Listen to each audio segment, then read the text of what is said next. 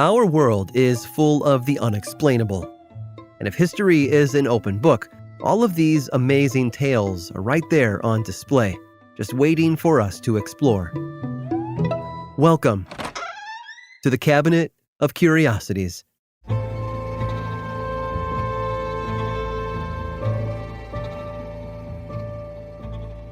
It was just a simple advertisement, and for a game, no less. There was absolutely nothing illegal or dangerous about it. And yet, here they were, sitting across the table from a pair of FBI agents. The product in question was a pretty simple dice game, and with the Christmas season approaching, the company had decided to run a few ads in the biggest city in America, all of them scattered throughout one single issue of The New Yorker.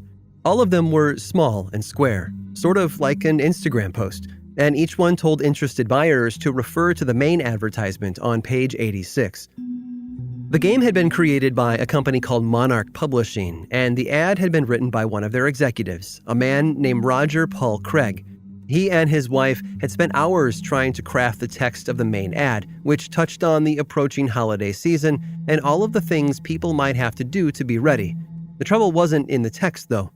It was in the artwork. At the bottom of the large ad on page 86 was the big, bold title of the game, The Deadly Double. Beneath it was an emblem of a bird with outstretched wings, 4 talons, and 2 heads. It's what's known as an armorial device, a sort of coat of arms used for identifying individuals and groups. This particular symbol was the spitting image of the double eagle used by the Byzantine Empire, Ivan the Terrible, and, more recently, Nazi Germany. Add in the fact that the title of the ad included the German word Achtung, which means danger, and it was a curious pairing for sure. And that's probably what drew the attention of the investigators, but it certainly wasn't the only thing they were worried about. The bigger problem, it seems, was inside each of the smaller ads. Each of those were identical, and they showed a pair of dice in action. It's hand-drawn and has a classy tone, but the items in the ad are a bit more mysterious. One of the die showed 3 sides, revealing 3 distinct numbers, 12, 24, and the Roman numeral 20. The other die showed the reader 5, 0, and 7. So as Roger Paul Craig and his wife sat across the table from the FBI agents, they were starting to get nervous. The numbers, according to the investigators, were significant, and that wasn't a good thing. 20, they said, was awfully close to the latitude line where Pearl Harbor sat. The 12 and 7 looked a lot like December 7th, the date of that infamous attack, and the 05 could very well have been 0500 hours, the original planned start time of the attack on Pearl Harbor. But so what? It wasn't illegal to place historical details in an advertisement. Yes, it would be in poor taste, sure. Over 2,400 lives were lost in the Battle of Pearl Harbor, so it's probably not the best subject matter for a dice game looking for gangbuster Christmas sales. But the trouble wasn't the subject matter. It was the timing. You see, the ad that Monarch Publishing placed in The New Yorker was published in November, on the 22nd, in fact. November of 1941, 16 days before Pearl Harbor was attacked.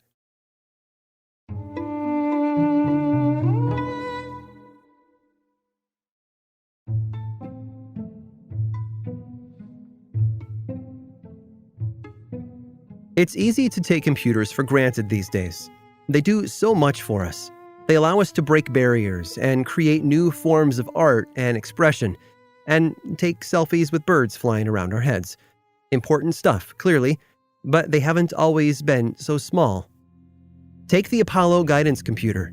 It was built by MIT and used by NASA in 1969 for their Apollo 11 mission, and that's the one that put the first humans on the moon.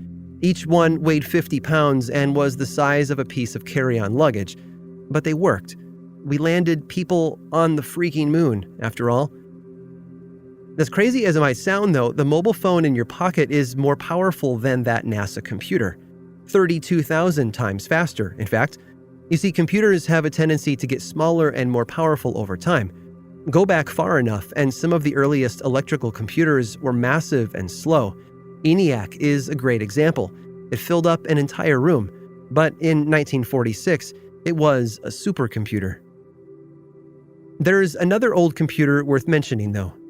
It's not electrical, but by definition, computers are nothing more than machines that can be programmed to carry out specific tasks.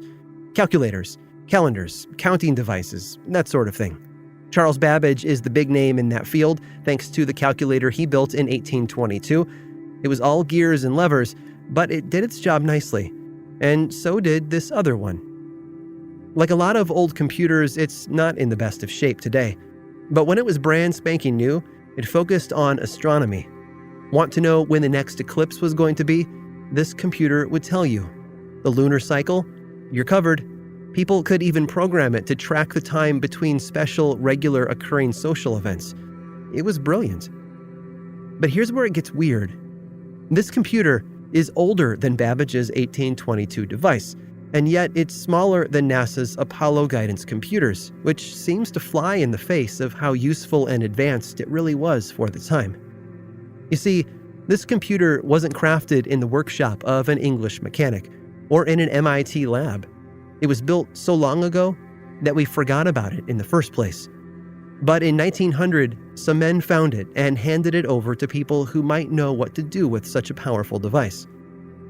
Those men were sponge divers. They found the computer underwater, just off the coast of the Greek island of Antikythera, and it hadn't been there since the 1800s or even the 1700s.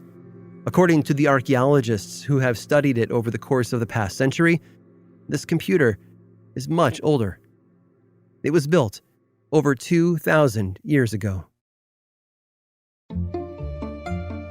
I hope you've enjoyed today's guided tour of the Cabinet of Curiosities. Subscribe for free on Apple Podcasts or learn more about the show by visiting curiositiespodcast.com. This show was created by me, Aaron Mahnke, in partnership with How Stuff Works. I make another award-winning show called Lore, which is a podcast, book series, and television show, and you can learn all about it over at theworldoflore.com. And until next time, stay curious.